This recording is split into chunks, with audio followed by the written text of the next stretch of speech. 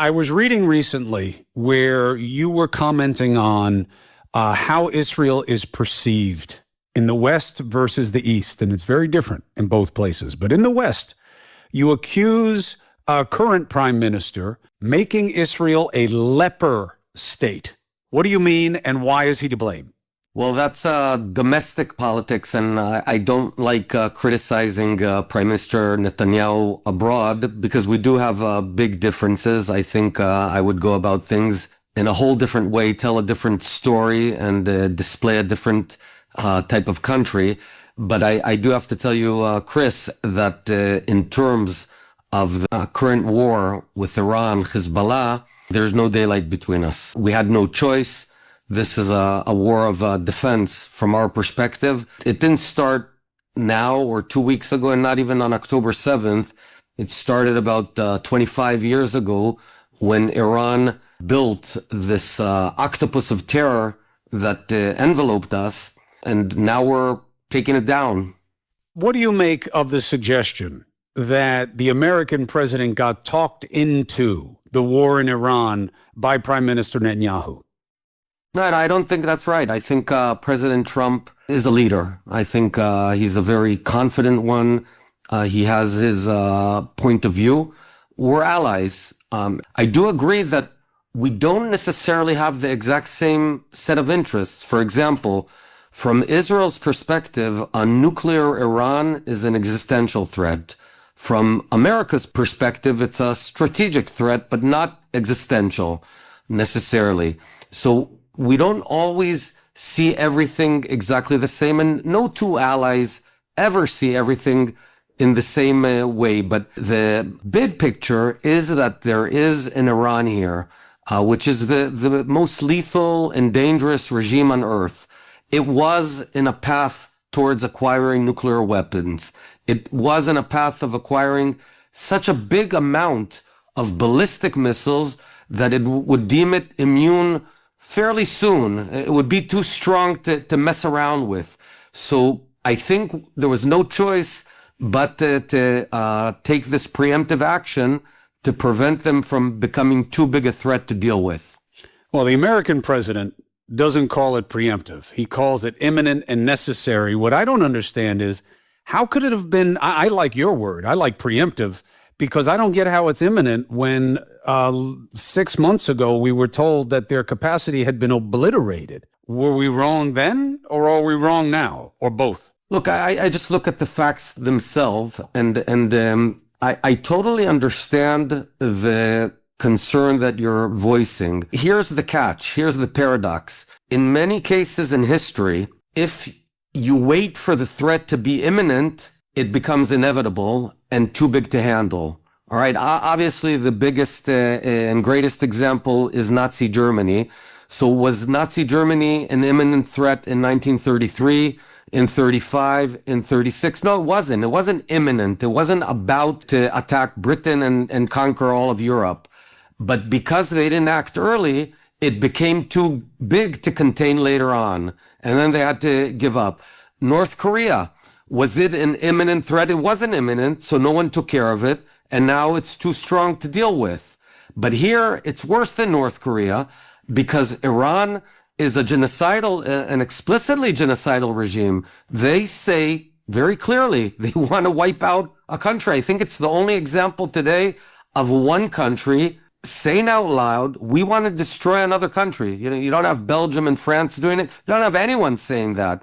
So we had to act. And if we waited for the nuclear bomb to be on its way to us, it's way too late. The president in America seems excited about two things that just happened. One, Iran has promised they'll never have a nuclear bomb. And two, that they are selectively letting people through the Strait of Hormuz. One of those I see as preposterous. Like, why would you ever believe the regime saying that it's not going to have nukes? And how dangerous is it to have Iran deciding who goes through the Strait of Hormuz? What do you think of those two propositions? Well, I think President Trump, who's been a remarkable ally and shown leadership, he's not naive. He's a deal maker. He was in business for many years. Clearly, what he's indicating, and hopefully that's what he's indicating, is that they said that they won't pursue nuclear weapons. And since they're not going to pursue nuclear weapons, they'll be willing to enter a mechanism that can validate that. Do you believe for 1 second that the Iranian regime would commit to not trying to weaponize uranium? Well, the proof will be in the pudding. If they enter an agreement that's verifiable, if we take out the 460 kilograms of uranium, dismantle all of the enrichment sites, take apart the equipment and get it out of there, and then have IAEA have verifiable inspections, that is a mechanism that I would certainly be happy about. That would be great. But didn't we try that with Obama and 10 other countries? And they wound up trying to find a way around it almost immediately? No, the problem back with the JCPOA was that this was a time-limited agreement. So they essentially, it's called sunset, where some of the elements of the deal evaporate midway, including their being forbidden to enrich uranium. But if there was no sunset in that deal back then, if it was forever with verifiable and mechanisms, that would be great. Do you accept Iran making choices about who gets to pass through the Strait of Hormuz? No, I mean, Iran is a horrible regime. It's corrupt, evil, radical, incompetent, by the way. They can't get water into faucets in all across Iran, regardless of the war. And I think that all of the waterways of the world should be open freely for everyone. Do you believe that the Iranian regime has been decimated and that they really aren't even a thing anymore? Do you think that the regime is very much intact? I think the regime has been severely hit, but it's very difficult to anticipate when a regime such as this would collapse. If we spoke in 1988, I wouldn't be able to tell you that a year later the Soviet Union would collapse. Because it has to do with public dynamics, which is very chaotic, hard to estimate in advance. It doesn't make sense that you go into a place like this. Israel says we got to take out the regime. America says we're not in the regime change business. But then when do you learn the lesson? Hamas is still in power in Gaza. Hezbollah is in Lebanon. The Taliban is back in Afghanistan and around the region. And the regime in Iran, it looks like they're going to survive.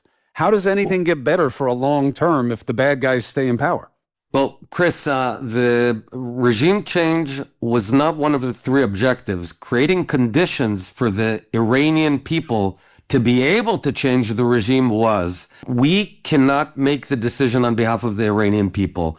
Our objectives were to permanently dismantle the nuclear program, the ballistic program, and the regional terror proxy. I'd love this regime to collapse. It will collapse, by the way, sooner or later. It'll implode just like the Soviet Union imploded because it's just rotten from within. The whole system is rotten.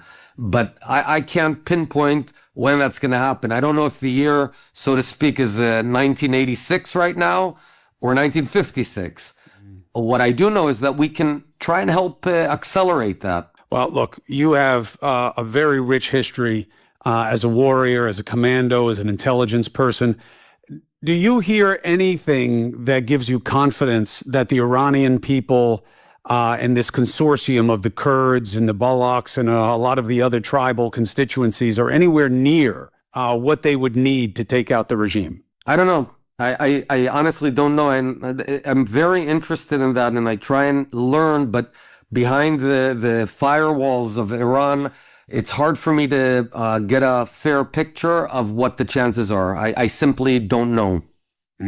Kurds as warriors and those other tribes, do you think that they can be amassed into a formidable force? I think so, but it has to be very, very well organized. They have to feel confidence that we have their back and we'll be there for them because it's a very high risk enterprise. These things are very complex, and since I'm not running Israel today, I don't have the answers. I can tell you I very much respect the Kurds, the Kurdish nation. It's a very brave nation, a good nation, which I wish them the best. But I can't say right now exactly what the chances are and what's going on over there. How surprised are you that Israel is taking the beating that it's taking in the American media, and that President Trump is constantly criticized for doing Israel's bidding?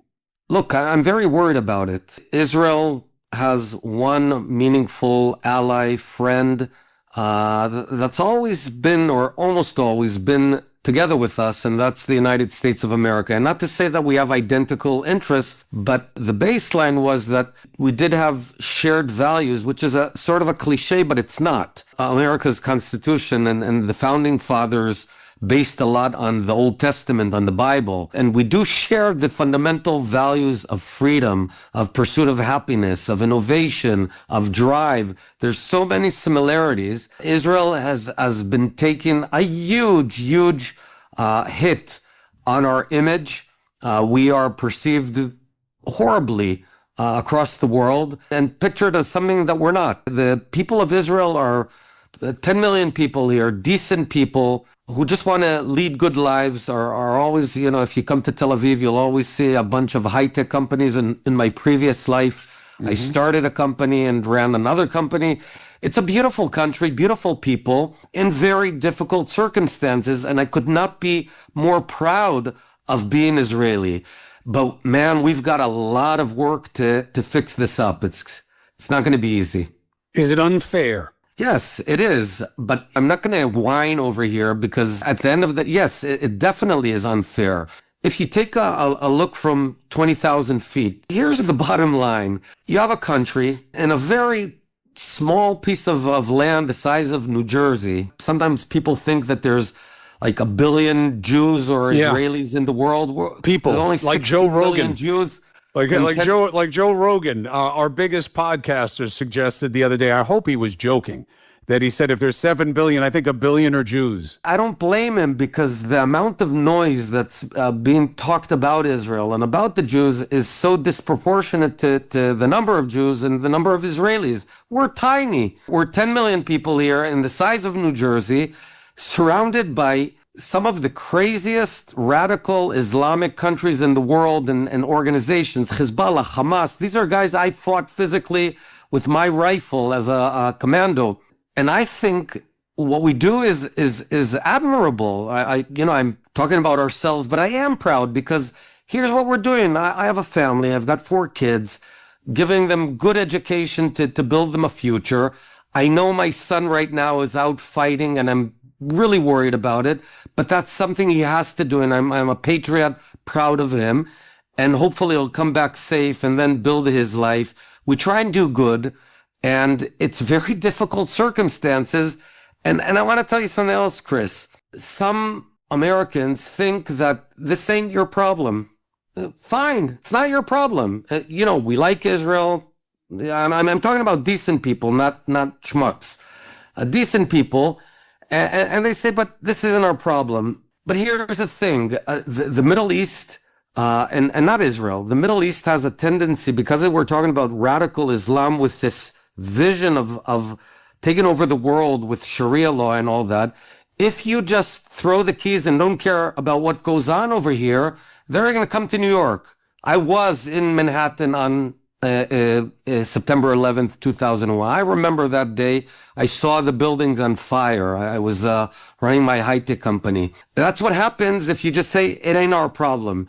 America, as the leader of the world, has a responsibility for its own security, for America's security, because everyone's going to come after America. It's Iran calling America the big Satan. It's not us. We're the small Satan. So if you just forget about this, it'll come and haunt you. But here's what's good for America. You have an aircraft carrier with 10 million boots on the ground, not your own soldiers, and it's always here fighting for the free world. It's called Israel. We don't ask you to fight our wars. We don't ask you to send soldiers to fight these wars. Quite the contrary, we're fighting the wars. I, right now, am physically in a shelter. This is a nice shelter, but a shelter. We're the ones paying the price. We're not telling others, go fight our wars. And it's very worthwhile for America, this alliance, because you don't have 1 million soldiers here fighting. You have a few airplanes, granted that's reasonable. That's a good deal for America. Because if we weren't here, you'd have to be here. Someone would have to be here to put these crazy people at bay and make sure they don't come to America and blow up Manhattan and San Francisco and I don't know, wherever. You know, everyone I speak to from Israel, when it comes to Iran, they're like, look, whatever it takes, it takes. However long it is, it is. It's not easy for us to get on the ground there, but they'll figure it out. They'll do operations. They'll soften it up, and then they'll get in. And whatever it takes, it takes. Everybody's lockstep. You guys have your own political division. But as you said, even you and Bibi, when it comes to Iran, when it comes to Hamas or Hezbollah, there's no daylight between you. You people have that going for you as a joint existential recognized threat. We don't. And right. What we see is, I don't think this is working. I don't think this is working. The regime is still in place. They locked down the Strait of Hormuz. Now he's saying he has to send more people there. It's not ending. It's not ending. We're going to have to go on the ground.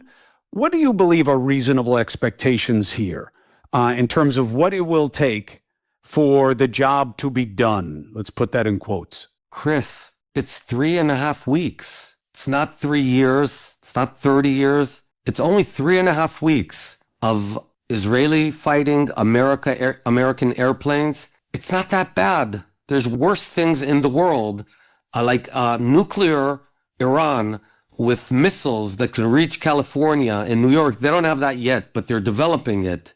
And everyone was surprised by the 4,000-kilometer missiles that no one knew because they were lying. Just a few upgrades and it reaches America. I understand people are tired. I get it. But we're adults. We're in a world of alternatives. This isn't World War II that took 6 years. And you know what? America saw it through. Thousands and thousands of times harder than what we're enduring, even in Israel. All right, so we're in shelters. So we're taking some hits. But we're paying a short-term price, a bit price, in order to prevent a much, much bigger threat that would crush the world. Because if you have a nuclear Iran with missiles that already reach Paris and soon would reach New York, then you're paralyzed. You can't do anything anymore. And then when they tell you this is what's going through Hormuz or not, and this is what's going through the Suez Canal or not, they control us. So if we didn't act, that would be irresponsible. And I understand the fatigue, but we have to see it through. It's painful, especially for us. But the alternative is 1,000 times worse. Especially for you, because you don't have the capacities, but you do have the will. And Mr. Prime Minister, I wonder, I mean, look, you're a very savvy guy. You understand American politics very well, of course. I don't even mean to condescend by even saying that, but just for the audience to understand. You know we don't have the will. You know that President Trump campaigned feverishly about how the war on terror had been a mistake, and he would never repeat that mistake. And this does feel to American people, here we go again. We're in, we're not really in, we're going to take them out, we're not taking them out.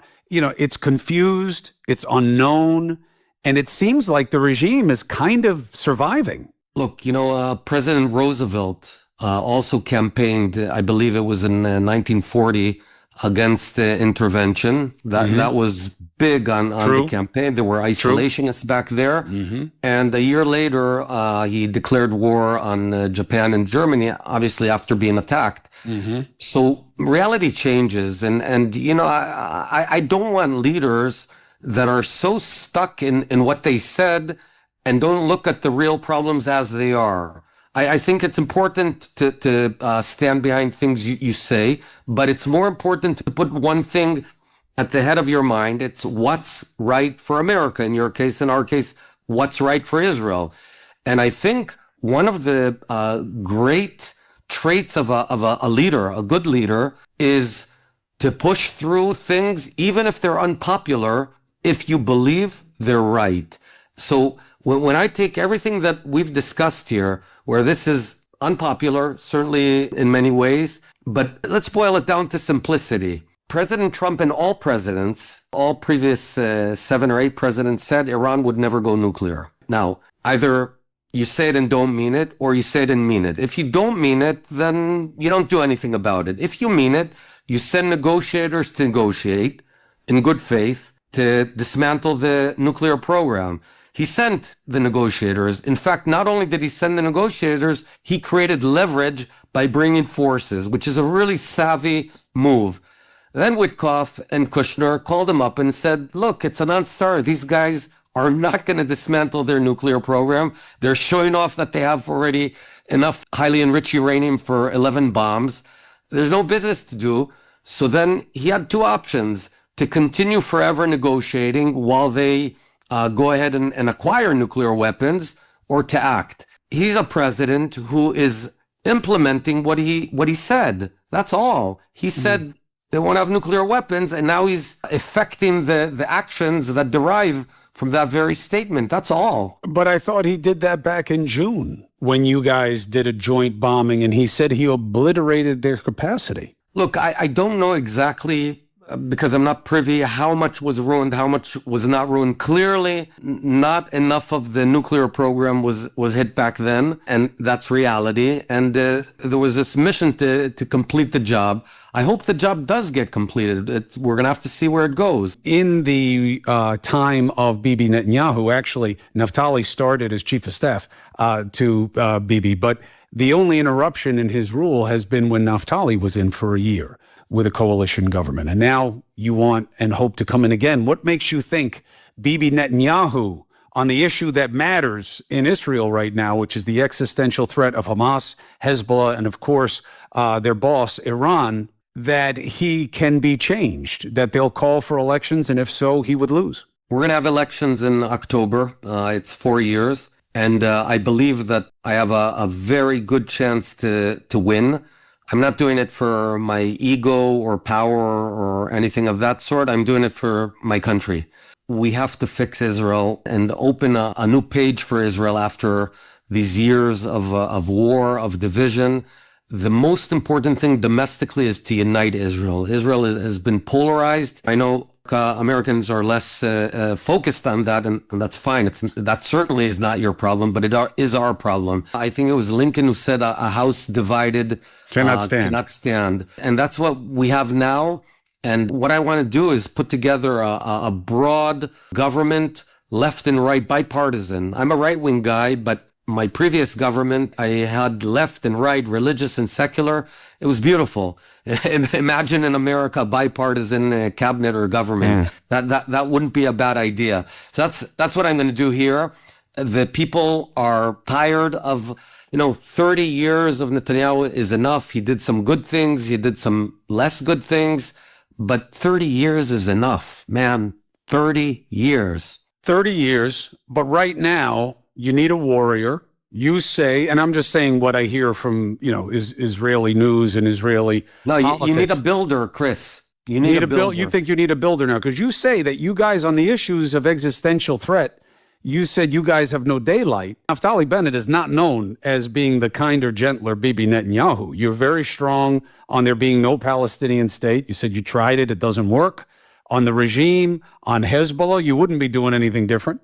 You may be even doing it more in earnest. No. I would be doing a great deal of things differently. I'm talking about the justification of the war. But in terms of running all of this, there's 1,000 things I would do differently.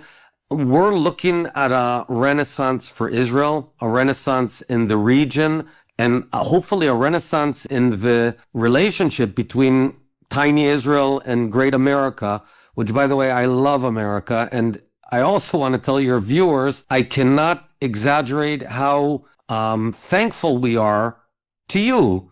Yes, you have an interest in taking out Iran, but America's friendship to Israel is not something I take for granted at all. And it's so important for us. I think it's also important for you. I talked about that aircraft carrier. So we've got so much to fix the day after. And the day after is nearing. This war won't go on forever. And we're going to have to collect ourselves or debris, a nation that needs healing. And that's what I'm going to do. And certainly Netanyahu cannot do that. Well, you have a three-front war, right? I mean, you have Iran abroad. You have Hamas on the southern border that's still in power, and that's a very undecided situation, and the region has not really stepped up yet to do what they had suggested they would do. And you have Hezbollah that broke the deal as an active combatant now and is rushing south in a way they didn't a year ago. They ran away. Now they seem to be looking for a fight. There's talk about whether or not Israel has to take land in Lebanon and keep it. Do you believe that? I think we do need to create a buffer zone to protect our towns and communities that are near the border, because moms and parents are terrified of an October 7th type attack from Hezbollah from the north. And Hezbollah wants to annihilate Israel. Our neighbors are Hezbollah and Hamas, not Connecticut and New Jersey. And it's very hard for your typical American to understand what that means. And we didn't choose this. We don't want that. From our perspective, we're happy with Israel as it is. We're not looking to conquer Lebanon and Syria or anything. We're happy. We just want to build our country. But you have these mortal enemies with crazy ideology that want to kill me. They want to kill my kids. And I wish that weren't the case. But it is. And as a responsible leader, we have to be able to fend them off. So yes, in my opinion, we need to create a buffer zone. I would want to dismantle Hezbollah. If we could do it in diplomatic ways, that would be obviously much better than war. I think the correct mix of tools, we can achieve that. We can also dismantle Hamas. It might require kinetic action. It might require another mix of leverage, etc. My job will be to restore security to Israel. But even more importantly, we need to rebuild Israel. We truly do. You know, there's two more points. One is it's interesting to hear that you got to deal with problems at home, because that is the conundrum in America. We thought this term was going to be a real war of ideas about who can fix our affordability problems and our healthcare problems and all these other entrenched systemic and now generational issues that we have with our debt, which could arguably be our biggest national security threat. And now it's all gone because of the war. And you say, oh, it's not going to last that long. We don't know that. You know, in the Trump age, you never know how long something's going to be. You don't know what to rely on. So it's interesting. Israel needs what America says it needs. But neither of us are getting it. But for you, it makes more sense. You're right. You don't have Connecticut and New Jersey. Iran wants you first. Yes. So it's hard for Americans to connect to that when they have Connecticut and New Jersey. That's right. But we do share much of the same problems. I mean, our boys who are fighting right now, they're going to come home. They're going to come home at the end of the war. And Israel has become incredibly expensive. To buy a house here is virtually impossible if you don't have wealthy parents. We need to fix the transportation. We need to fix unity. The discourse in Israel is not that very different from in America. It's like two different planets, left and right. And I don't buy that. I think that we definitely can work together. If we can fight together when we're in a tank, we can certainly govern Israel, even if there's some difference in opinion. My main goal is to unite and heal Israel and open this amazing new story. And it's going to be an amazing next 50 years for Israel, because the amount of energy, of innovation, of wonderful kids. I look at my own kids and how much they're volunteering and helping each other and helping others. My daughter, I just saw her yesterday by chance in a city called Dimona that was hit by a rocket. I didn't know she's there. She was down in the south. I came down. Suddenly I see her fixing houses of people that got ruined. That's beautiful. I mean, I wish the houses weren't ruined, but we have a beautiful young generation. We're having a lot of kids, which is very unusual in the West. We're the only Western country with positive demographic growth. Amid all this chaos and mess, you're going to see this beautiful renaissance of growth and optimism. I was talking to somebody today about why America needs Israel. And, well, what if we get out of the Middle East? What if we just leave them to it and we support them the way we do with the Iron Dome and the reciprocal agreement on the defense? But it's their fight, it's not ours. And the point was made is, oh, you think it's just about the Middle East. You know, all this anti-Semitism is only in the West. In the East, Israel is killing it. India loves them. The Chinese love them. Russia loves them. Russian is the third most common tongue in Israel. How important do you believe Israel is to America in negotiating with those two superpowers?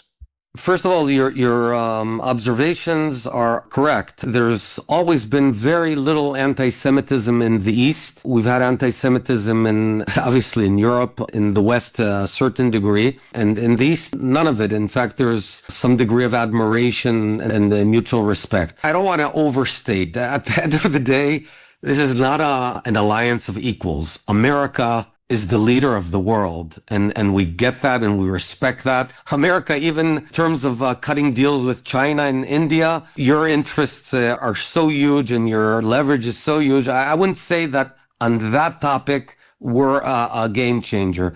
Where I do think that Israel has a lot of value for America is Israel, in a sense, is becoming a global problem solver of big problems in the real world.